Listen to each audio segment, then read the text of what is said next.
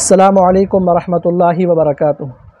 نحمدہ ونصلی ونسلم علی رسولہ الکریم وعلی آلہ الطیبین واصحابہ الاکرمین اجمعین، اما بعد فاعوذ باللہ من الشیطان الرجیم، بسم اللہ الرحمن الرحیم۔ وعن جابر ان عمر بن الخطاب رضی اللہ عنہما اتى رسول اللہ صلی اللہ علیہ وسلم بنسخۃ من التوراۃ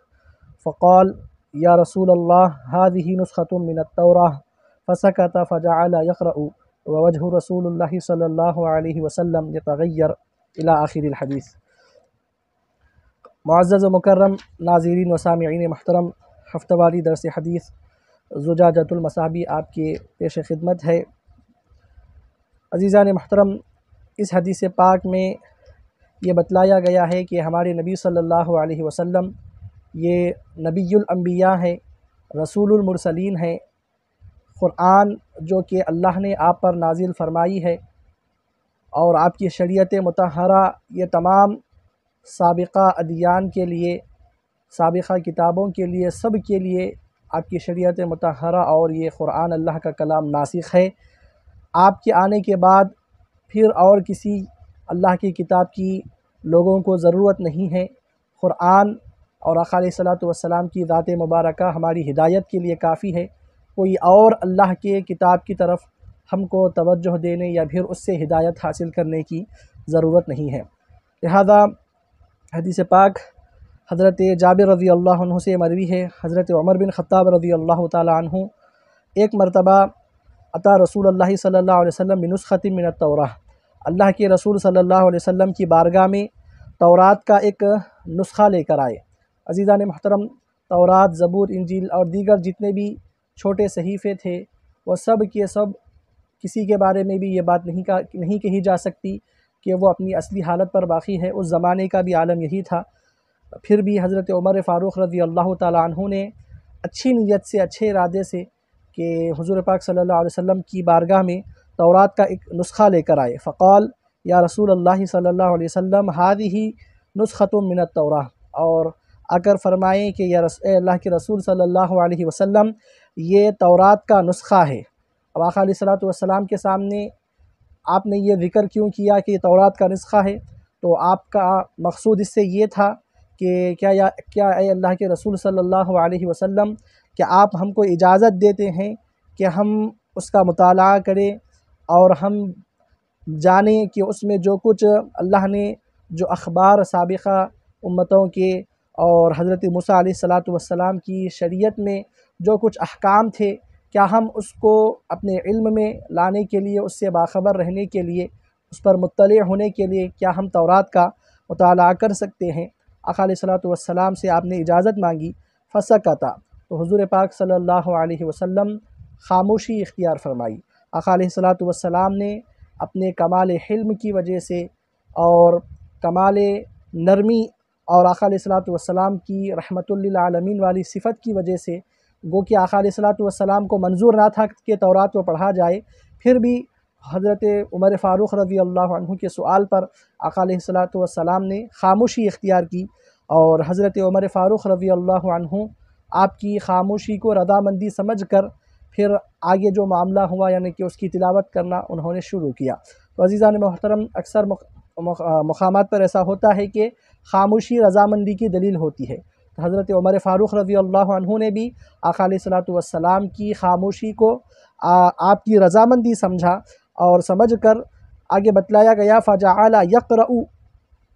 تو حضرت عمر فاروق رضی اللہ عنہ نے اس کو پڑھنا شروع کیا، تورات کو پڑھنا شروع کیا۔ ووجہ رسول اللہ صلی اللہ علیہ وسلم یتغیر فقال ابو بکر رضی اللہ عنہ ثقلتک الثواکل، تو جو ہی حضرت عمر فاروق رضی اللہ عنہ نے تورات کی تلاوت شروع کی، تو کیا دیکھتے ہیں کہ حضرت ابو بکر صدیق رضی اللہ تعالی عنہ، آقا علیہ الصلوۃ والسلام کے چہرے مبارک کی آثار تبدیل ہو گئے۔ آقا علیہ الصلوۃ والسلام کا چہرہ متغیر ہو گیا آپ کے غصے کی وجہ سے اور آپ کی غضب کی وجہ سے۔ حضرت عمر فاروق رضی اللہ عنہ، آپ کے پاس تورات کا نسخہ تھا، آپ اس کو پڑھنے میں مصروف تھے، دائیں بائیں آپ کی توجہ نہ تھی، آپ بس تورات کے نسخے میں دیکھ کر اس کو پڑھتے چلے جا رہے تھے۔ لیکن حضرت ابو بکر صدیق رضی اللہ تعالی عنہ کی آپ کی تمام توجہ آقا علیہ الصلوۃ والسلام کی ذات پر تھی، آپ کے چہرے پر تھی، تو دیکھا کہ آقا علیہ الصلوۃ والسلام کا چہرہ وہ تبدیل ہو رہا ہے، تو فرمایا ثقلت کا ثواکل۔ عزیزان محترم، یہ جو جملہ ہے ثقلت کا ثواکل، اصل میں اس کو کیا ہے، موت کے لیے بد دعا دینے کے لیے جو ہے سنا اس کی اصل ہے، یعنی کہ اس کو اس معنی میں استعمال جو ہے سنا کرتے تھے وہ لوگ، لیکن بعد میں اس کو جو ہے سنا اس کے اصلی معنی سے ہٹا کر عرب کے محاوروں میں اس کو اظہار تعجب کے لیے جو ہے سنا اس کو استعمال کیا جانے لگا۔ شروع میں اس کی اصل تو یہ تھی کہ موت کے لیے کسی کو دعا دینا ہے تو پھر ثقلت کا ثواکل کہا جاتا تھا، لیکن بعد میں جو ہے سنا عرب کے محاوروں میں اس کو اس کی حقیقت سے ہٹا کر جو ہے سنا اظہار تعجب کے لیے جو ہے سنا اس کو استعمال کیا جانے لگا، جیسے کہ رغیم انفہ، اس جیسے دوسرے اور بھی محاورات ہیں جو کہ اس کی حقیقی معنیٰ میں مستعمل نہیں ہیں۔ الغرض حضرت ابو بکر صدیق رضی اللہ تعالی عنہ نے بھی اظہار تعجب کے لیے کہ حضور پاک صلی اللہ علیہ وسلم کا چہرہ انور متغیر ہو رہا ہے، تبدیل ہو رہا ہے، اس کے باوجود بھی وہ تورات پڑھنے میں لگے ہوئے ہیں، تعجب کے خاطر آپ نے جو ہے سنا ثقلت کا ثواکل یہ جملہ آپ نے ارشاد فرمایا، اور فرمایا کہ ما ترى ما بوجہ رسول اللہ صلی اللہ علیہ وسلم، کہ اے عمر کیا تم حضور پاک صلی اللہ علیہ وسلم کے اللہ کے رسول کے چہرے کو کیا تم نہیں دیکھ رہے ہو صلی اللہ علیہ وسلم؟ فنظر عمر الى وجہ رسول اللہ صلی اللہ علیہ وسلم، تو حضرت عمر فاروق رضی اللہ عنہ جو ہی آپ کی یہ بات سننا تھا، اللہ کے رسول صلی اللہ علیہ وسلم کے چہرے انور کو آپ دیکھتے ہیں، فقال، دیکھا کہ آقا علیہ الصلوۃ والسلام کا چہرہ غضب کے آثار آپ کے چہرے پر نظر آ رہے ہیں، آپ کا چہرہ متغیر ہو گیا ہے، تبدیل ہو گیا ہے، تو جو ہی دیکھنا تھا حضرت عمر فاروق رضی اللہ عنہ نے معذرت خواہی کے طور پر یہ آگے کے جملوں کو ارشاد فرمایا کہ اعوذ باللہ من غضب اللہ وغضب رسولہ، کہ میں اللہ کی پناہ میں اس کے غضب اور اس کے رسول کے غضب سے میں اللہ کی پناہ میں آتا ہوں۔ تو عزیزان محترم دیکھیے، غصہ اور غضب تو اس کے آثار آقا علیہ الصلوۃ والسلام کی ذات مبارکہ پر نظر آ رہے تھے، لیکن چونکہ فاروق اعظم رضی اللہ عنہ جانتے تھے کہ حضور صلی اللہ علیہ وسلم کا غضب یہ سبب ہے اللہ کو غضب میں لانے کا، تو اسی لیے آپ نے فوراً پہلے اللہ کے غضب سے اللہ کی پناہ آپ نے مانگی، پھر اس کے بعد اللہ کے رسول کے غضب سے۔ تو عزیزان محترم، اس سے ہم کو جاننا چاہیے کہ اللہ ہی کی اطاعت اللہ نے اپنے حبیب کی اطاعت میں رکھ دی، اللہ نے اپنی خوشی اپنے حبیب کی خوشی میں رکھ دی، اللہ نے اپنا غضب اپنے حبیب کے غضب میں رکھ دیا۔ تو عزیزان محترم، ہر چیز اللہ نے آقا علیہ الصلوۃ والسلام سے منسوب فرما دی۔ الغرض فاروق اعظم رضی اللہ تعالی عنہ نے جو ہی دیکھنا تھا کہ چہرے مبارک کے آثار جو ہے سنا غضب کے ہیں، تو پھر فوراً اللہ اور اس کے رسول کی پناہ میں آپ نے چاہی، اور یہ جملہ معذرت خواہی کے طور پر آپ نے فرمایا کہ رضینا باللہ ربا وبالاسلام دینا وبمحمد صلی اللہ علیہ وسلم نبیا، کہ ہم اللہ کے رب ہونے سے راضی ہیں اور اسلام کے دین ہونے سے ہم راضی ہیں اور محمد صلی اللہ علیہ وسلم کے نبی ہونے سے راضی ہیں، یعنی کہ ہم کو ہماری ہدایت کے لیے بس اتنی ہی چیزیں کافی ہیں، کسی اور چیز کی طرف ہم کو جو ہے سنا توجہ کرنے کی ضرورت نہیں ہے۔ تو لہذا آپ نے معذرت خواہی کے طور پر اللہ اور اس کے رسول کی غضب سے اپنے آپ کو محفوظ رکھنے کے لیے حضرت فاروق اعظم رضی اللہ عنہ نے ان جملوں کو آپ نے ارشاد فرمایا۔ فقال رسول اللہ صلی اللہ علیہ وسلم، تو اللہ کے رسول صلی اللہ علیہ وسلم نے ارشاد فرمایا، والذی نفس محمد بیدہ لو بدا لکم موسیٰ فاتبعتموہ وترکتمونی لضللتم عن سواء السبیل۔ تو اللہ کے رسول صلی اللہ علیہ وسلم نے ارشاد فرمایا کہ اس ذات کی قسم کہ جس کے قبض قدرت میں محمد صلی اللہ علیہ وسلم کی جان ہے، کہ اگر تمہارے لیے لو بدا لکم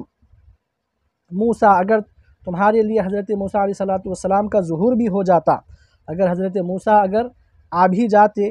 اور تم فاتبعتموہ، مجھے چھوڑ کر حضرت موسیٰ کی تم اگر اتباع کرتے، وترکتمونی، اور مجھے چھوڑ دیتے، لضللتم عن سواء السبیل، تو تم سیدھی راہ سے ہٹ جاتے، کیونکہ عزیزان محترم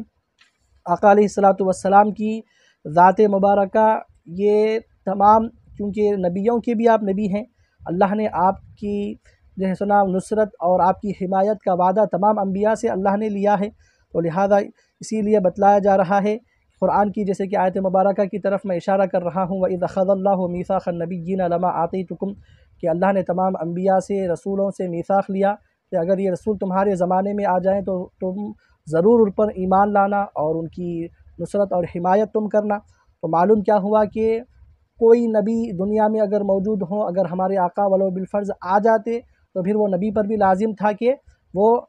اپنی لائے ہوئے دین کو چھوڑ کر نبی پر ایمان لاتے اور آپ کی اتباع و پیروی کرتے۔ تو اسی لیے آقا علیہ الصلوۃ نے ارشاد فرمایا کہ اگر ظاہر ہو جاتے، حضرت موسیٰ کا ظہور ہو جاتا، اگر تم ان کی اتباع کرتے اور مجھے چھوڑ دیتے تو تم پھر کیا ہوتے، تم سیدھی راہ سے تم گمراہ ہو جاتے۔ تو پھر جب وہ آتے، اگر تم ان کی اتباع کرتے تو پھر گمراہ ہو جاتے، پھر تو میں تمہارے سامنے موجود ہوں، پھر میرے وجود کے باوجود تم حضرت موسیٰ کی کتاب کی کس طرح تم اتباع کر سکتے ہو، تم ہدایت کو کیوں کر جو ہے سنا اس میں تم تلاش کرنے کے طالب ہو۔ آقا علیہ الصلوۃ نے اس طرح کا یہ جملہ فرمایا اور آگے فرمایا کہ وَلَوْ كَانَ حَيًّا وَأَدْرَكَ نُبُوَّتِي لَاتَّبَعَنِي، کہ دیکھو اگر موسیٰ زندہ ہوتے، یعنی کہ دنیا میں بظاہری طور پر اگر وہ زندہ ہوتے، چونکہ تمام انبیاء اپنے قبور میں وہ زندہ ہیں اور یہ ہمارے اہل سنت کا عقیدہ ہے، تو لہذا لَوْ كَانَ حَيًّا کا معنی یہ ہے کہ اگر دنیا میں ظاہری طور پر اگر وہ زندہ ہوتے، وَأَدْرَكَ نُبُوَّتِي، اور وہ میری نبوت یعنی کہ میری نبوت کے زمانے کو پا لیتے، تو لَاتَّبَعَنِي، تو حضرت موسیٰ بھی آقا نے فرمایا کہ وہ بھی میری اتباع کرتے۔ تو لہذا حضرت عمر فاروق رضی اللہ عنہ کا ارادہ کوئی غلط منشے کے تحت، کوئی غلط مقصود و ارادے کے تحت آپ نے نہیں پڑھا، بلکہ وہ یہ بھی چاہ رہے تھے کہ قرآن کے ساتھ ساتھ تورات بھی چونکہ اللہ کا کلام ہے اور اس میں ہم کو اور بھی چیزیں شاید مل جائے اور بھی ہدایت کے سامان ہمارے لیے مل جائے، اس غرض سے نیک نیت سے آپ نے پڑھا، لیکن اللہ کے رسول صلی اللہ علیہ وسلم نے فرمایا کہ قرآن کے ہوتے ہوئے، میری شریعت کے ہوتے ہوئے، میری ذات کے ہوتے ہوئے ہدایت کے لیے تمہیں اور طرف جانے کی ضرورت نہیں ہے، میری ذات اور جو ہے سنا میری سنت اور اللہ نے مجھ پر جو قرآن کو نازل کیا ہے وہ تمہاری ہدایت کے لیے کافی ہے۔ الغرض عزیزان محترم، آقا علیہ الصلوۃ کی شان و عظمت اس سے ہم کو معلوم ہوتی ہے کہ آپ کے ہوتے ہوئے پھر ہم کو کسی اور کی طرف ہدایت کے لیے اور جو ہے سنا سیدھی راہ کو تلاش کرنے کی ضرورت نہیں ہے، بس اللہ کے رسول صلی اللہ علیہ وسلم کو اگر ہم آپ کی سنتوں کو، آپ کے اقوال کو، آپ کے احکام کو، اپنی مرضی کو، آپ کی مرضی کو اگر ہم اپنی زندگیوں میں اگر ہم لازم کر لیں گے تو عزیزان محترم یقیناً وہ بندہ دنیا و آخرت میں کامیاب و کامران ہوگا۔ آخر میں اللہ کی بارگاہ میں دعا ہے، مولا کریم ہم کو کہنے سننے سے زیادہ عمل صالح کی توفیق عطا فرما، آقا علیہ الصلوۃ کی محبت اور عظمت سے ہمارے دلوں کو بھر دے مولا، آمین، وما علینا الا البلاغ۔